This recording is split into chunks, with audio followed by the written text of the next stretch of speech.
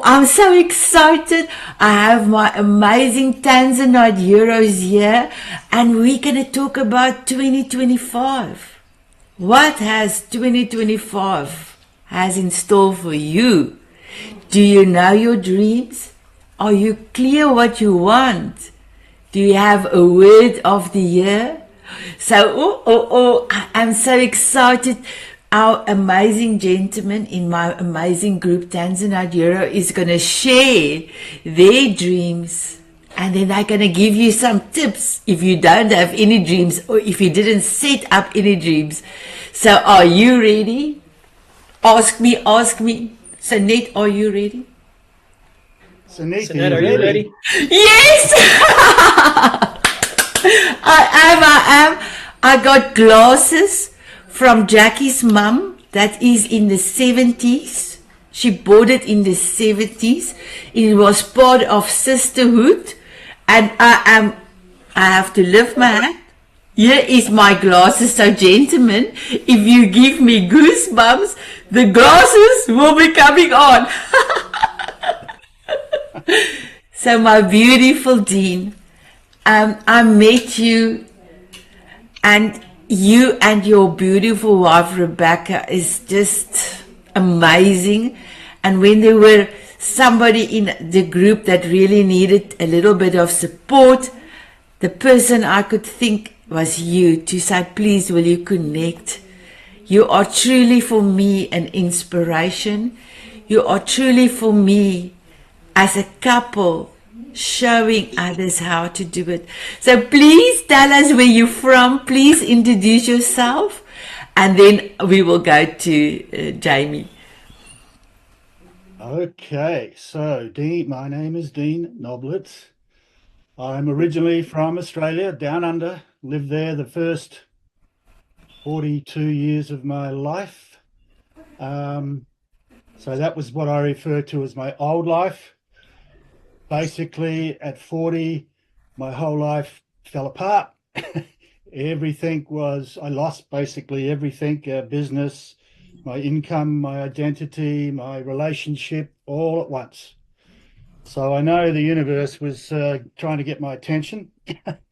It's a longer backstory than that, but then I went on a journey of seeking and understanding life and trying to figure out what the hell I was doing here and who I was and what I was supposed to be doing, and all those questions that you kind of get prompted in your mind when your whole life falls apart, right? So I did that. I embarked on a journey, and in a journey of 4 years, basically, of workshops and learning and doing everything I could to uncover and get beneath a lot of the surface stuff to find out who Dean was. So I did that, but anyway, I learned about my intuition, and my intuition back then guided me to go to a conference in Mount Shasta in California. I was living in Sydney at the time. I come from Adelaide, which is down south. I'd moved to Sydney, and my intuition, or this message, was so strong that I had to go to this conference in Mount Shasta. It was called the Weizak Festival. It's a spiritual conference.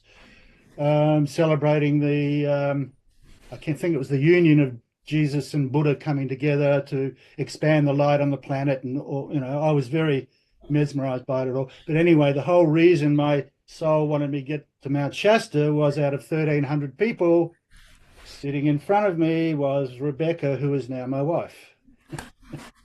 So I met her in Mount Shasta, basically came up to see her. The short version is in Toronto before I was going to go back to Sydney, and I never went home. And that was in 1999. And here I am still I live in a little town called Schomberg, which is about an hour north of Toronto in Canada. So I'm now in Canada so I'm dual Australian Canadian, and I'm going back next week to Australia to spend a couple of months with my 95-year-old mother and my family, and connecting to my roots at home before I come back in the new year. Wow. So that's the brief version. Oh, wow. And it's incredible. I've got goosebumps. I just quickly want to show Kenneth. Beautiful. Dean gave me goosebumps. Here goes the glasses. Here goes the glasses. And excuse me, this is in the 70 glasses. It was bought in the 70s. Excuse me. My beautiful Jamie, can you please introduce yourself and also tell us where you're from? Absolutely. Well, I'm Jamie McCormick. I live in Oklahoma, originally from Indiana. Came to Oklahoma when I was about 16 and kind of been here ever since. And I guess we're going to have similar stories a little bit, our lives, then they fall apart and then we have to find ourselves. When I was 22, I started martial arts. That was probably 1992. And in 94, my instructor said I should consider going to the 1996 Summer Olympics and representing America. And that's probably one of the coolest things I've been told. But I found the wrong people, found cocaine, and never went down that path. I ended up on a very different path. And then me and those certain group of friends, all we wanted to do was party and take you with us or leave you behind. That's all we cared about. But I lost who I was. That's what Dean was saying, find who I am. And I lost who I was.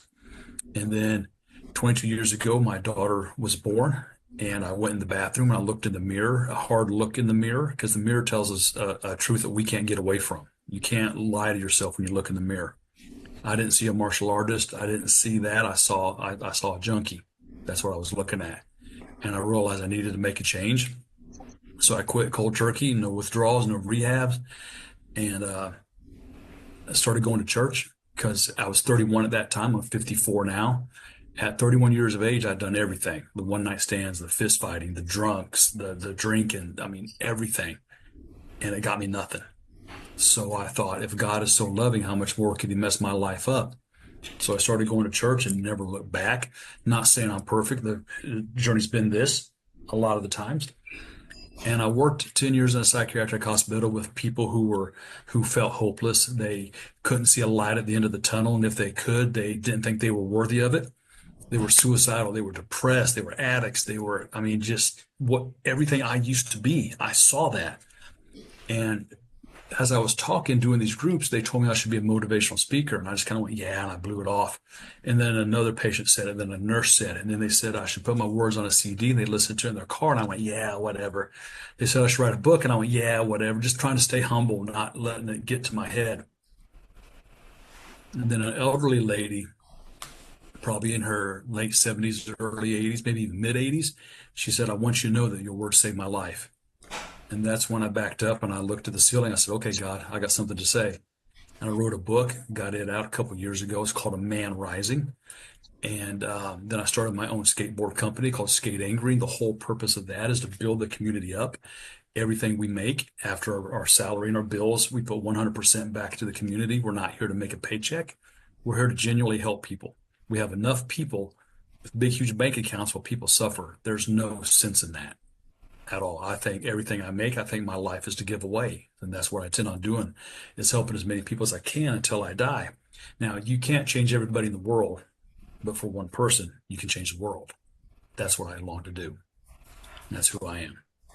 So my beautiful gentlemen, from all the people here, I met Jamie just the other day, and he blew me away. I was so he impressed on my heart how amazing and what he have done. So Jamie, thank you so much for being part of this amazing Tanzanite years. Thank you for being part of my life. And I know you are the real, and you are changing so many, especially young people's lives. So thank you for what you are doing. My beautiful Mark, when I met Mark was my exactly 500 coffee chat, and I'm not too sure, it was about 3 months ago, 500 coffee chat, and I was so excited about my coffee chat, 500 in less than 3 years.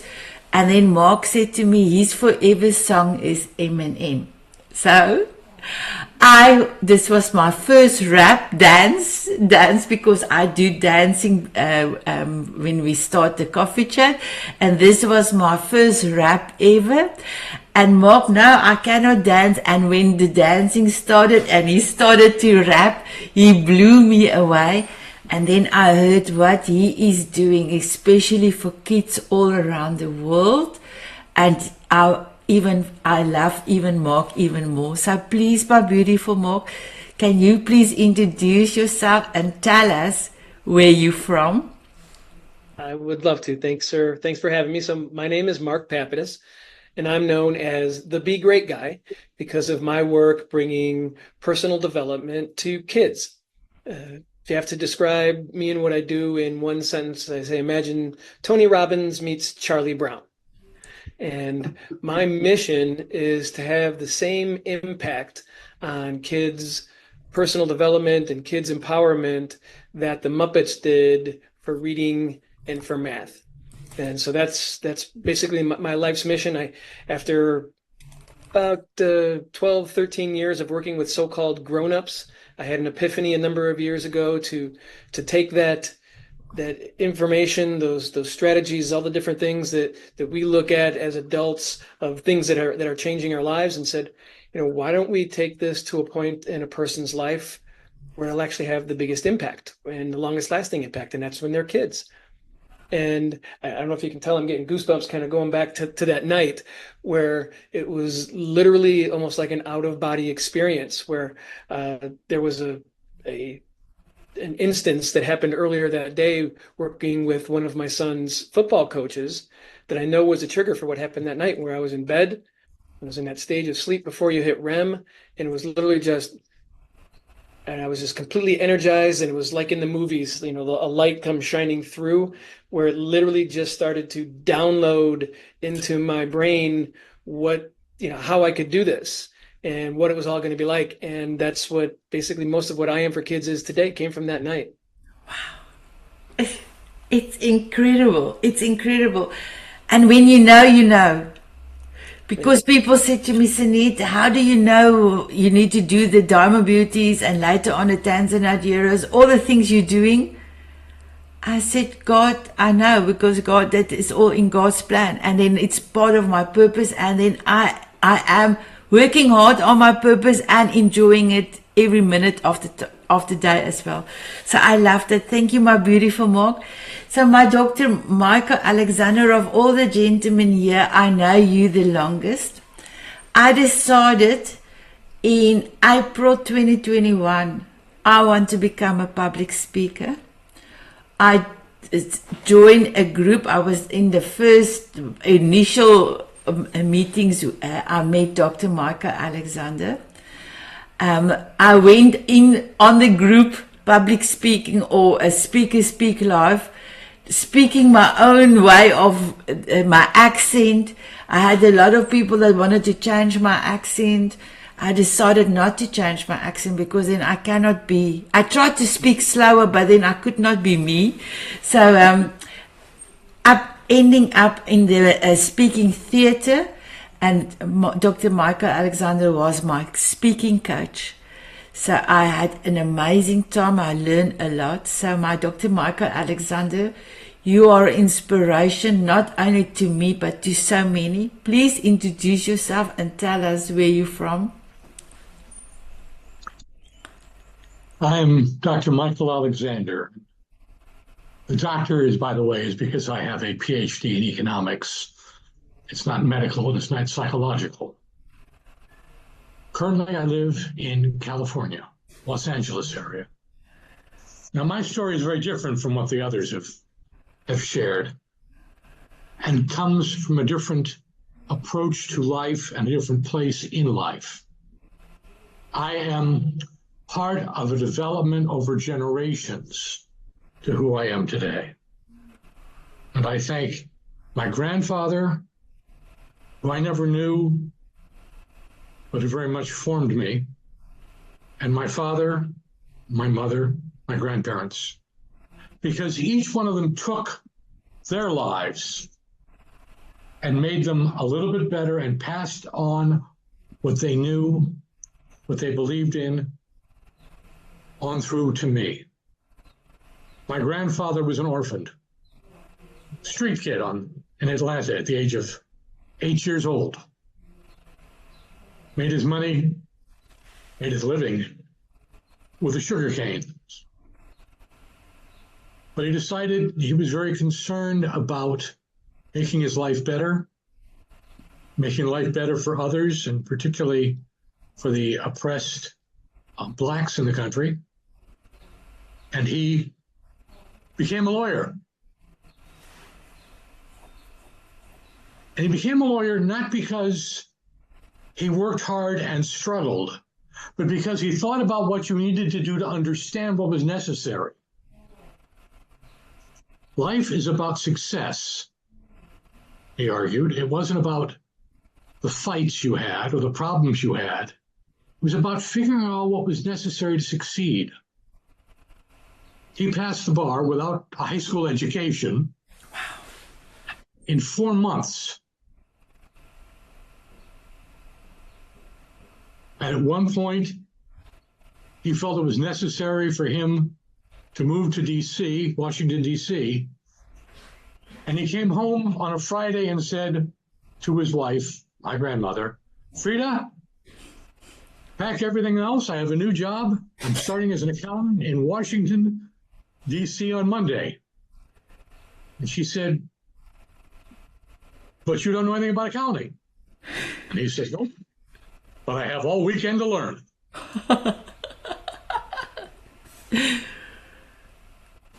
He consistently figured out how to learn things quickly and well. My father was the inventor of the barcode. What he did took 15 minutes of genius. People had done hard work and gotten completely lost and trapped, and they didn't know where to go. My father listened to the problem and said, you just have to do one simple change. And he did it, and the world has changed as a result.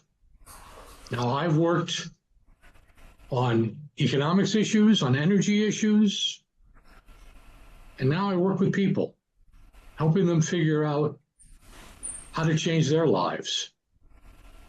But it's part of this same basic concept. I can only do so much. My grandfather improved my father. My father improved me. And now it's my job to do good, not just by myself, but through others. And that's how I was able to help Sanet. And that's how I help everybody I work with. And that's why to get as much done possible with as little work for me as possible. Thank you, sir. Wow. I love it. Thank you, Dr. Michael. My beautiful Kenneth, when I met you on Robert W. Jones's community, you blew me away, and then you connected with me and you said, Sanet, I would love to join your community and be part of your life. And I felt so special because normally I approach people that touch my heart, and you come to me, and then when we had our coffee chat, it was amazing. So I want to say thank you so much for what you are doing and helping so many kids, for showing them they matter, and that they, with the ability they have, they can make a difference. Please introduce yourself and tell us where you're from. Hello, everyone. I'm Kenneth Hill. I'm from New Jersey. My journey's been a little different than many people that I know, because I was born with a hereditary nerve disease. I didn't know I was born with it until my early 30s. Doctors always said, oh, you have bad ankles from martial arts, because I started that when I was 9 years old. And I'm glad that I started martial arts. It was unfortunate it was because of bullying, but, you know, it's been just an incredible journey for me. A decade before my diagnosis, doctors encouraged me to stop martial arts. And they said, have surgery on both ankles, They said by your mid 30s, you'll be confined to a wheelchair. But I remember something my mom always told me, and she said being hard-headed has its benefits. So I didn't listen to any of the doctors. There were four of them, and I didn't have the surgery or stop martial arts.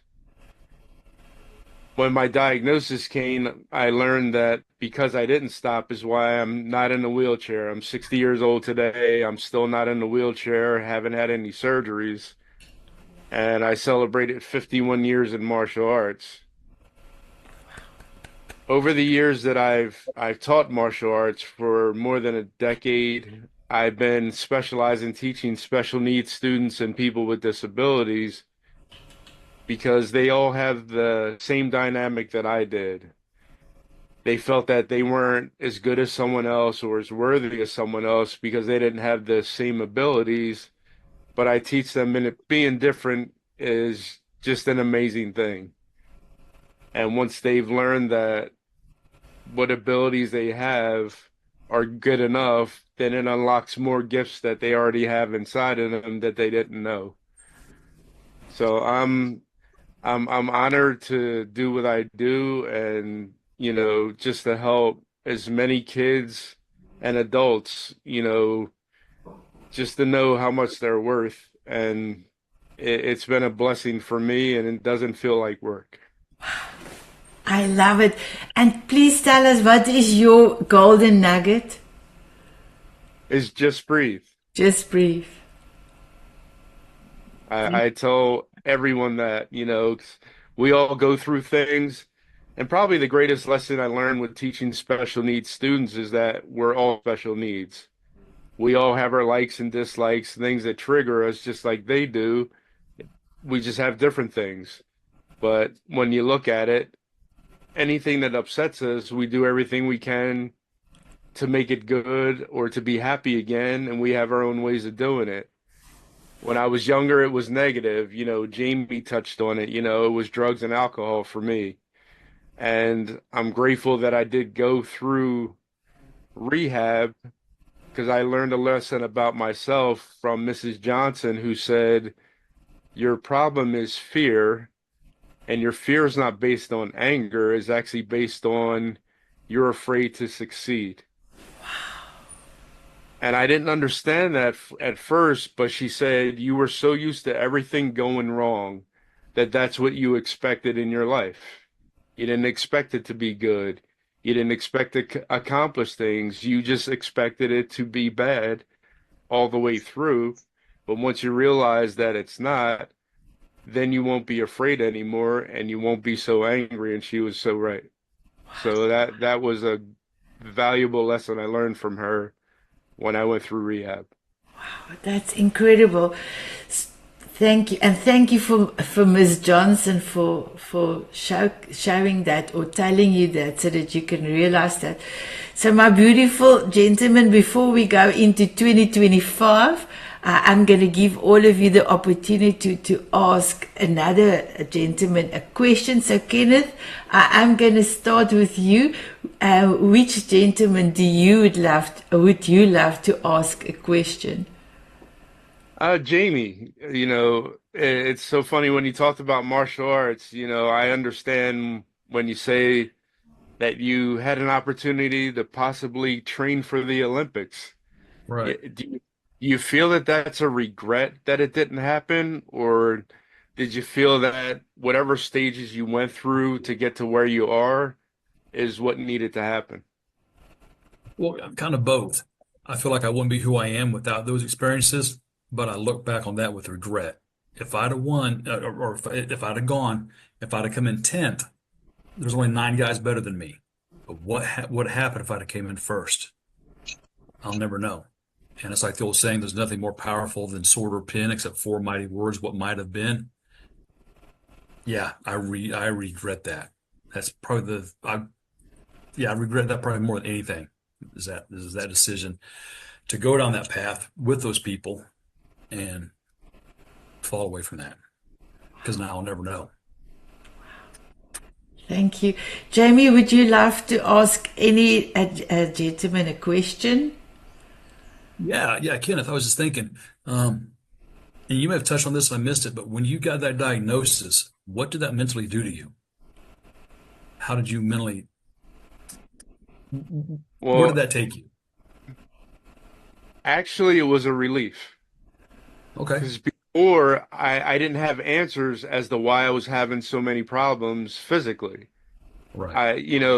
People always say, no is a bad answer, but a worse answer is no answer at all. I had no answer as to what was going on because this particular nerve disease, it has over 100 different strains.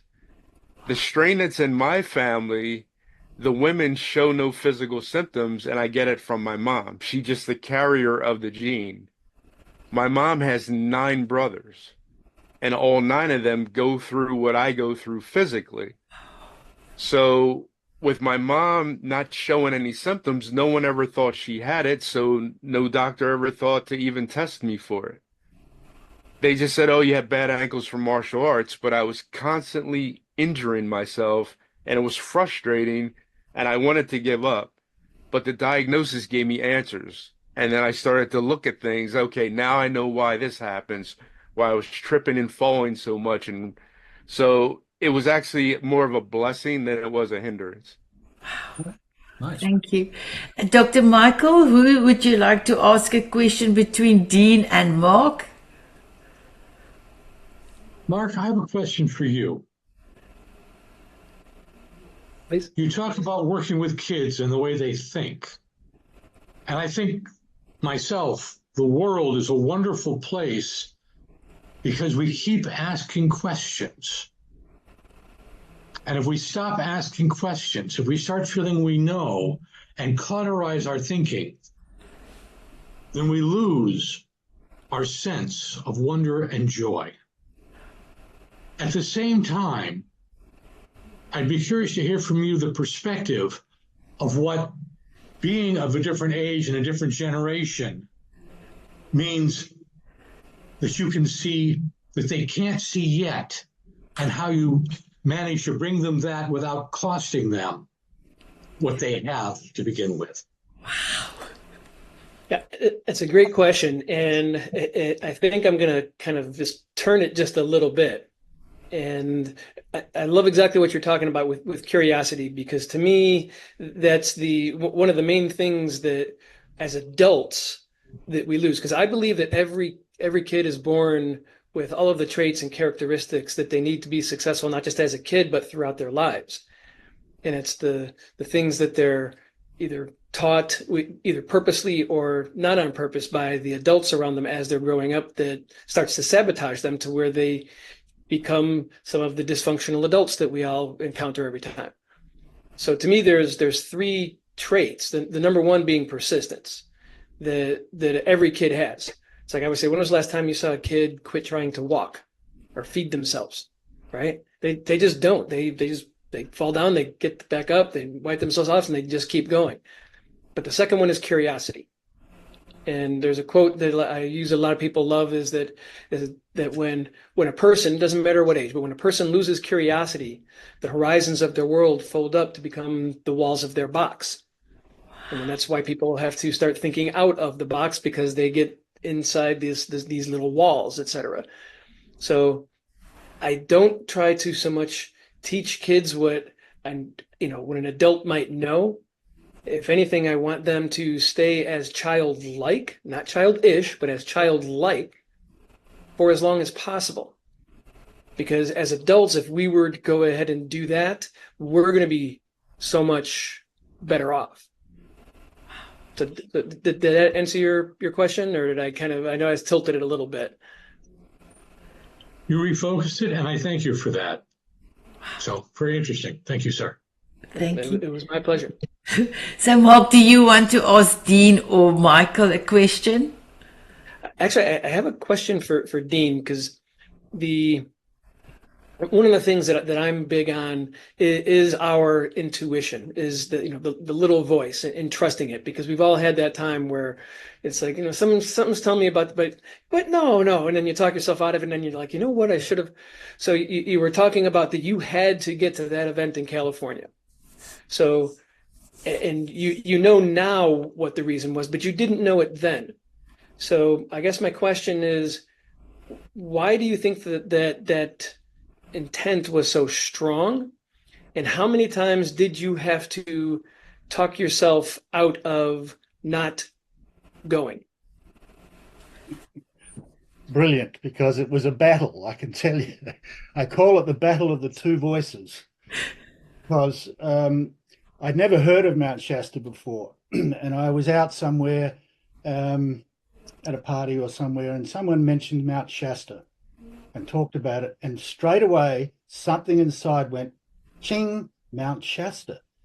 I had no idea why, but something went off. Mount Shasta. Wow, that sounds pretty cool.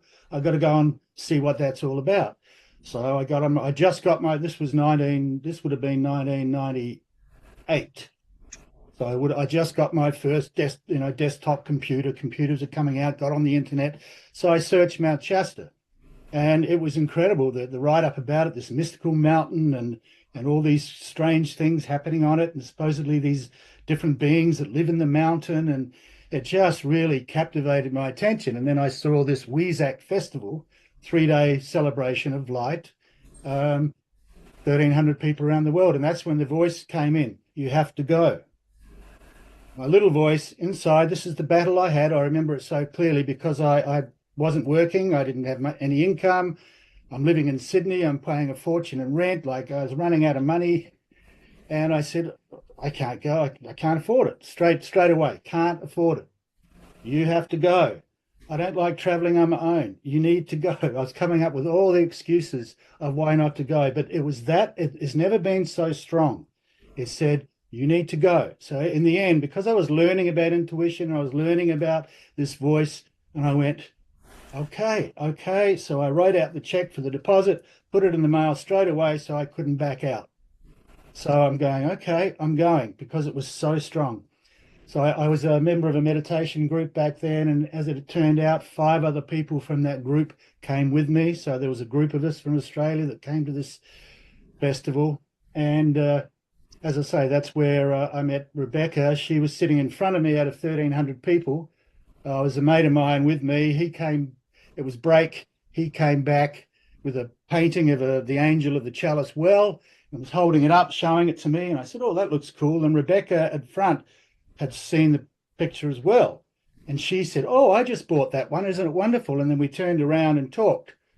And she said straight away she knew I was the one. Us guys are a bit slow, right? I was a bit slow off the mark. And, we chatted. And at the end of the chat, she said, oh, by the way, my name's Rebecca. And I said, oh, my name's Dean. And she just about fell on the floor. She said, oh, that's my most favorite name. That's my father's name and my grandfather's name. And so basically that was our connection. The story goes on from there, but I won't go into it at this point.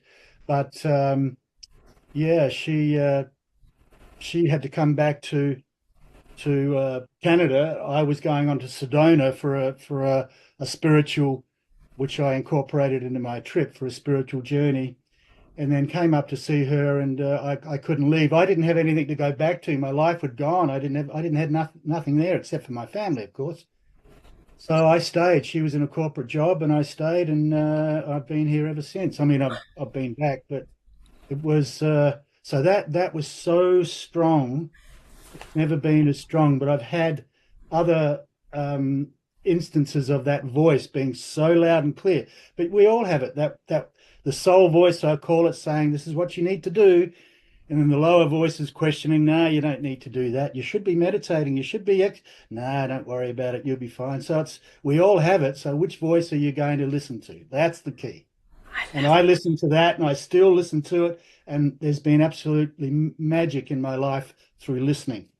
So that's one of my gifts now, is I really have a knowing, and I know things before they happen sometimes. And I just, that voice is what I'm looking for all the time. So thank you for asking. Wow, I love that. Thank you. Dean, will you please ask Michael a question? Isn't that funny? See, here's my intuition worked. I already thought my question I had was going to be for Michael before we even started. So I'm looking at this and how it's unfolded. My question is for Michael, because I knew that. Michael, you talked about, your ancestors, your lineage going back. I'm just curious because my father was my greatest teacher, but not in the way he thought. So I'm just curious, what was the greatest lessons or gifts you learnt from your father in particular? The greatest lesson I learned from my father was very simply when he said to me, I'm an engineer. And as an engineer, I love to study and learn everything and how it fits together. It's not about specialization, it's about generalization. It's not about drilling down on an answer. It's about looking for where the answer actually is. Don't get stuck in the problem. Look for a way for the solution. So my father really taught me, I am very, very much like my father. But the most important way is that I consider every question fascinating. Father told me, quote, I never took a course that I didn't learn from and don't ultimately use today. That sits as an echo in my heart. Everything is worth knowing and learning to use. So that's the most important lesson. Oh, thank you. I love that. Thank you. So, my beautiful gentlemen, thank you for your questions. Are you ready to tell us about your 2025? And then if you can tell us what is your biggest dream or something that you are going to work on for 2025, will you also bestow a tip or two on the viewers out there that really looking forward to 2025, but they don't have a clue how to get a goal or how to contain or how to pursue their goal and how to continue doing what they are doing. So my beautiful Dean, are you ready to share us your dreams for 2025? Sure. I mean, I'm in a different phase in my life now because, and the work that we do with my wife is the work that is all we do now. We work with people. I'll just quickly share.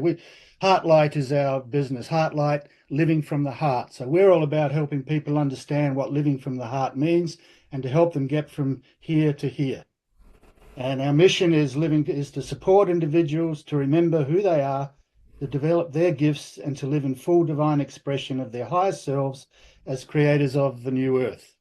Because I believe the planet we're in the midst of the greatest transition that we're ever seen in the history of the world. I believe we're entering a new phase, no matter what it looks like out there. I think there's a lot of stuff going on that has to happen for this world to make the shift, and a lot of systems are being questioned and scrutinized, if you like. So we're very big on scripting and getting clear on what it is you want. For me, I've been working on my book about my story, I don't know, for 20 years. I had a message 30 years ago that said you were going to write a book one day. And I thought, I didn't even pass English. I mean, it just didn't make any sense at all.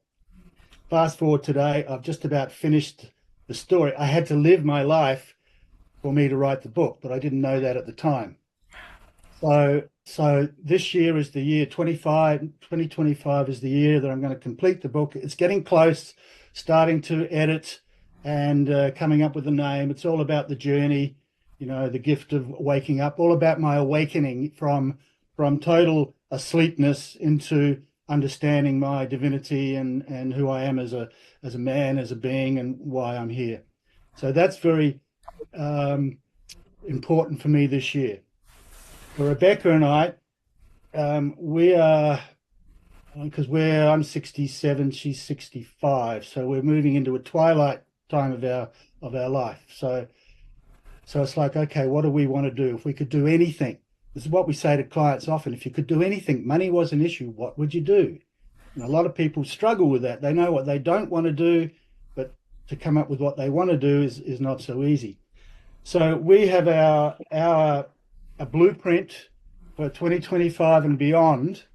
So this is what I would say to people out there when you're setting goals and what have you, to write out what it is that you are wanting or wanting to manifest is really important. Not the how, just the end goal.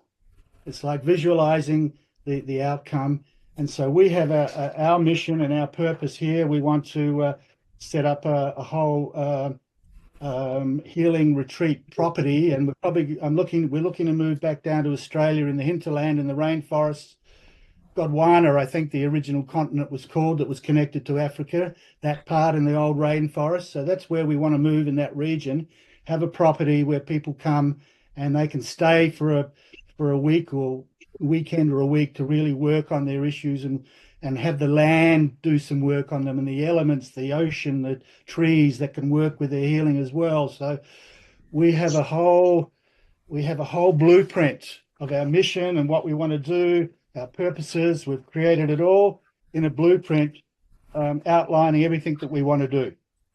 And so that's where we're working on. So I just recommend to people that, to get clear on what you want, but then write it out, because you're bringing it into the physical. You're expressing it. And then once you have it written out, you've got clarity, you can make adjustments to it. And then you look at it and visualize it every day and bring it alive, bring the goal alive inside of yourself in the now moment, because the now is all there is. So this is where all manifestation, all creation is birthed in the now. So where are we in every now? In every now moment? Are you worrying? Are you off somewhere else? Are you centered, grounded, and connected and fully focused where you want to go? Because in the now is that's the only place it can happen. It's the only place. I love it. So we work on that a lot with people. So meditating, visualizing, but getting clear on what you want is the first key, and it's the outcome. It's like a golfer on a putting green. He's visualizing the ball going in the hole. Doesn't always go in, but that's his goal, to get it in the hole. So the visualization is there, and to see that. So that's really important. And to get clear on what you want, that's when the miracles happen. I know. Ooh, I love it. Thank you for telling us about you and Rebecca's dream. And I know that you will be able to do it, and it's going to happen soon. And thank you for the two tips that you have bestowed on us. So my beautiful Jamie, on your side? Right. Well, I got visions, of course, for my skating company, Skate Angry, and for my speaking. Each one is a little different. With the speaking and the book, I want to get the book into every rehab and every psych hospital, into every patient that walks out. I want them to have a copy of that book in their hand. I think there's stories in there. There's lessons that they can learn, and they shouldn't have to pay for it. So my goal is to get every place to buy copies and give them to the patients. That way they'll have something to walk with that they can actually look at and go, hey, someone's been through this. Here's his story. And it works. And I tell people what I've been through will work if you apply it. That's the key. Many people get the information, they get the knowledge, but then they don't do the work. They don't apply nothing. And that's where people fail. And then they say, so-and-so failed me. No, it doesn't fail. It works if you work it. And it's, to get them to know that. And my goal is to be, of course, on more stages, helping many people. I don't want to go to events where people come just to go, hurrah, hey. I want events where people are really down, where they don't see hope for the future. Well, speaking from a stage, when you say something and they get that twinkle in their eye, that's what makes it worth it. That's when you know they understand. And as far as Skate Angry, I'm looking at sponsorships right now. Our goal is to take kids who have unbalanced childhoods and make them world champions. That's where we want to take them. And we want to do so much more. Like, we're given to the homeless. We're to give it to a couple places here locally. That one houses homeless people and the other one feeds homeless people. We're given to them, and start out small and then build up from there. But the musicians, John Bon Jovi and Alice Cooper, and the actor Danny Trejo, they all have restaurants where the homeless can come eat, and then they work off for a couple hours so they get to eat for free. Danny's is called Trejo's Tacos. Alice Cooper's is called Cooper Town. And I don't remember John Bon Jovi's, but my goal next year is to bring them to Oklahoma. And then eventually I want to go nationwide and take them to every state so the homeless will have something to eat and a reason to work, because if they work it off, everybody feels value when they get to work. When they get to do something, we feel the most valuable. When we give, we feel the most valuable. And if they come and work or eat, but then have to give something back, I think that'll help them get on their feet and maybe give them a goal. But that's my goal for 2025. And as far as what I would tell people who aren't succeeding, it all starts with what we speak about ourselves. The late great martial artist Bruce Lee one time said, never speak anything about yourself negative, even joking. He said the body doesn't know the difference. And there's so much true in that we see people who think so many bad things about themselves simply because people spoke it again and again and again. That they started thinking, man, maybe this is true. I believe the power of life and death is in the tongue, that we need to watch what we speak over people, over ourselves, over our children. And that's my first advice. Watch what you say about yourself. And I want people to know that they are worthy simply because they exist. And as long as they have breath, they have a purpose. People seem to forget about that. As long as you're breathing, there's a reason you're still breathing. Let's get you to find that purpose. Exactly. And that's the goal between my speaking, my book, and what Skate Angry is about for next year. And I know that you're going to do amazing. You have done already. So thank you for being you, my beautiful Jamie. Mark? So to me, dreams are fantasy, but your purpose is reality. So if you can think of something in fantasy, why don't we just think about it in reality and make that happen? So my reality for 2025 is the launching of the I Am for Kids brand. So as you and I have discussed, we've got TV shows that we're developing. We're putting together some partnerships to develop smart AI toys of the characters that are part of the I Am for Kids animated TV show. So we're literally going to start making that impact that I talked about before like we want to have that same impact that the Muppets did for reading and for math. So yeah, I guess my tips for people, for if you haven't thought of it, there was a question that somebody asked me decades ago that has stuck with me ever since. And that question was, what would you attempt if you knew you could not fail? And if you just take action, that's the tip that follows that. Is one thing. It's like, well, I would do this if I knew I couldn't fail. Okay, then go ahead and do it. Take that first step. You don't necessarily have to know the step-by-step plan from the very beginning, but if you take that first step, that's going to lead to another thought process that's going to take you further. Find a mentor. Find some people who have done what you've done before. Do some research, but don't get weighed down by that research. Just decide, go after it, and you will make it happen. And the last thing to leave you with is there's a quote that I love by a man by the name of Richard Bach. And I think this applies to all of us who are getting a little bit older. And the quote was that if you're wondering whether your life's mission on Earth is over, if you're still alive, it's not. I love it. So I want to be 120, Mark. I've got 62 years to go. So, 61. I'm sorry, I had my birthday, so 61 years to go. And I think I know I will be in my purpose until the day I have my last breath. And one of the things I've started to do almost 4 years ago, I said, what can I do if it's not going to fail? And then I attach it as because it's on God's plan, it will not fail. I just need to take the action. I loved it. Thank you. My beautiful Michael, for you.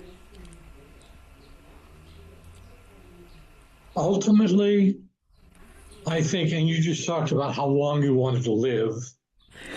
Or when you die, in Mark's kind of thing, I have a different approach to that. We are Homo sapiens, which means we are apes whose reality is formed by our thoughts.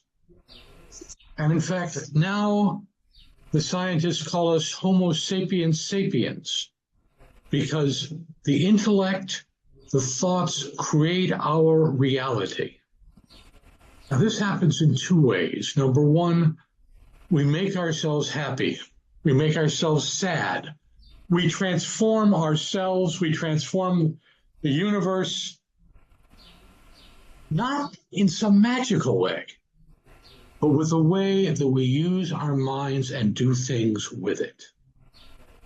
There was a time when the biological cynics said a human is simply one chromosome's way of making another chromosome. And there's a lot of truth to that if you believe in evolution, and I do. But now we are sapiens. We are our thoughts. And ultimately, a human is simply one thought's way of making another thought. Mm-hmm. And so my goal for this next year and for every year, and ultimately for after my physical body is gone, to have created the thoughts and passed them on, good thoughts, worthwhile thoughts, improving thoughts, so that I and the good that I want to do lives on. And that is my idea of immortality. Do I care about how long my physical body lasts? Well, gee, I'd kind of hate to give up certain things, but ultimately, no. What I really care about is how long my thoughts, my hopes, and my inspiration live on. And for that, it's not simply 120 years. It's for as long as mankind walks this earth.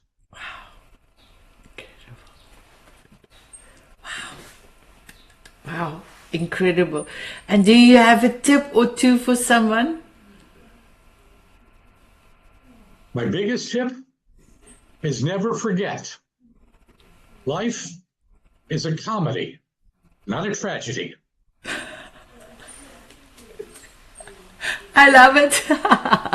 Thank you, Dr. Michael, Kenneth, and for you.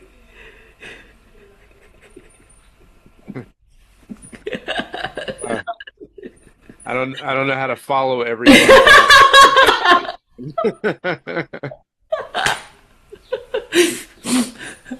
Oh, for me, it would be to reopen my school.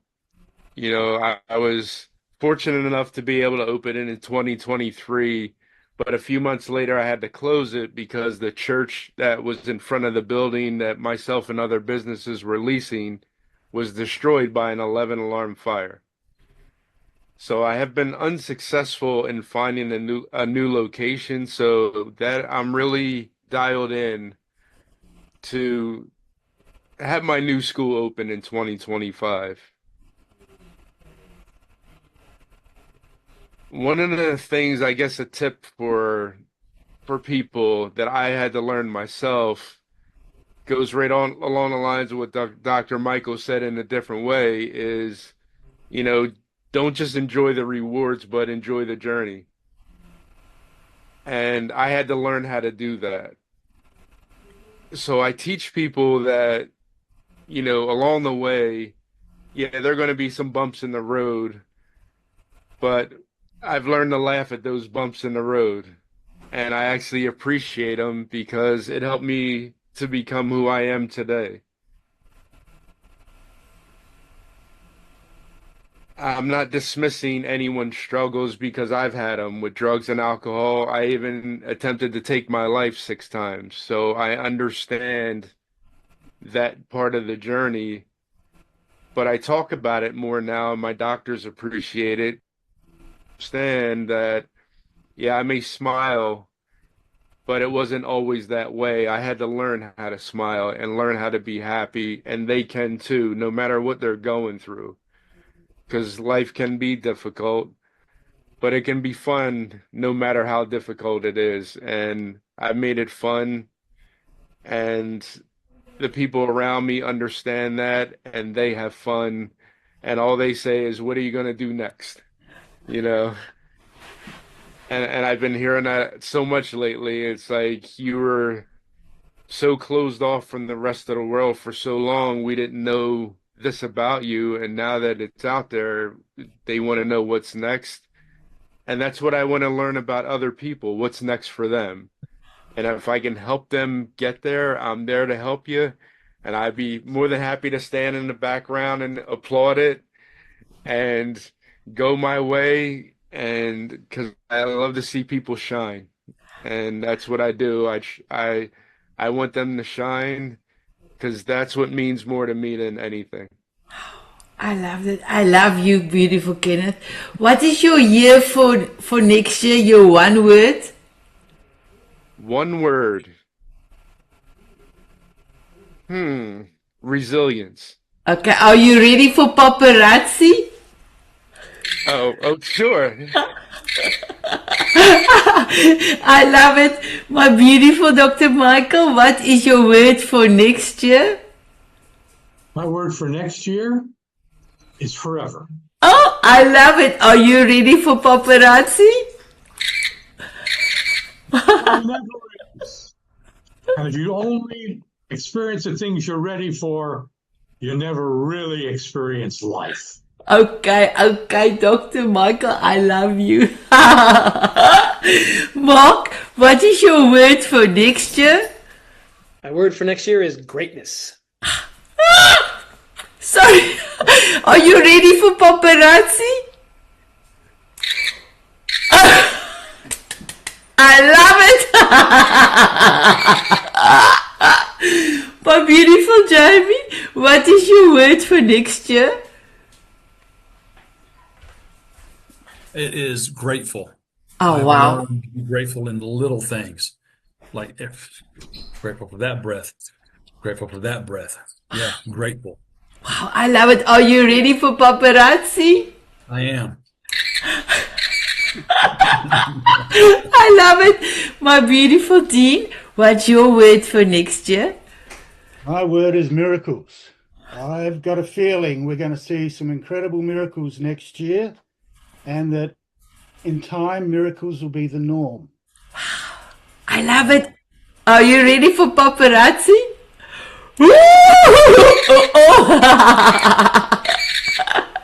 So, Dean, ask me. And what is your word for next year? Oh, thank you for asking, Dean. My word is celebration. Next year is my 60th birthday, and I do get 100 miracles every month. So I just gonna celebrate the Diamond Beauty stands and everything I'm doing and all the people in my life. I'm gonna celebrate. So can I now do paparazzi, Dean? Okay. Yes, you do your paparazzi. Beautiful. Thank you, my beautiful men. Thank you for being in my life. Thank you for being part of the group. I love all of you dearly. And yes, Jamie, I know I just met you the other day, but I love you the day I have danced with you. So I'm so truly thankful you are in my life. So my beautiful viewers, do you know what you want to do next year? I know it's still not 2025 for us with the recording, but are you ready? Like Dean said, are you clear? Are you clear what you want? And I hope that you have enjoyed all my amazing gentlemen's answers and tips. We want to say thank you so much for viewing. And I don't have music with me, but I'm going to do a snippet. But you cannot do a long snippet of my walking on sunshine.